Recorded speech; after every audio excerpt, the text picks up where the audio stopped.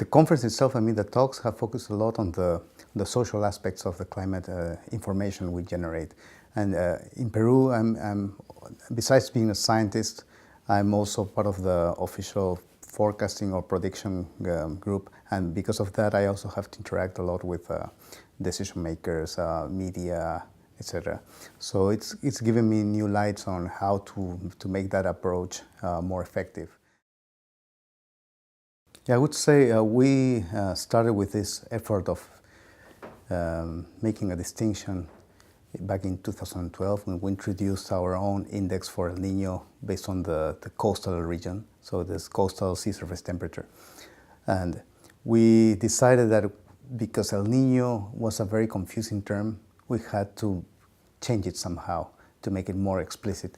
So we now work with two concepts. We have the coastal El Niño and we have the central Pacific El Niño, like if they were like two different phenomena. Of course, they are not different. They're not separate. They're linked very tightly. But by doing that and constantly repeating to the media, we're talking about coastal El Niño is doing this, the central Pacific El Niño is doing some other thing. Then I think we've slowly achieved, or we're able to have the media and the population to understand that there is a distinction. So now when they access data from, say, the US or WMO or Australia or whatever, they can ask themselves the question, well, what are they talking about? Is this the coastal El Niño? Most likely not.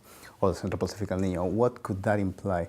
But still, the presence of El Niño in the media has been so strong this year, and there's been so much emphasis on the fact that it could be one of the strongest El Niño in history, I guess since 1950 at least, that it's sometimes difficult for the people just to like say, oh, but hold on, maybe this is not totally true for us.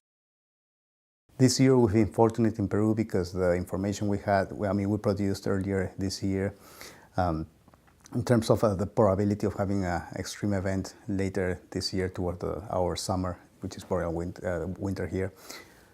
That information has been taken by the government and used as a basis for making decisions regarding preparations for the possibility of extreme rainfall during our summer. So we feel that we've been successful, very successful actually, by doing this, because we haven't had a situation like this one since 1997, and it wasn't clear whether this year, even though our information had high uncertainty because it's impossible to say exactly what's going to happen. Despite that, the government has taken our information and taken what we think is the right actions.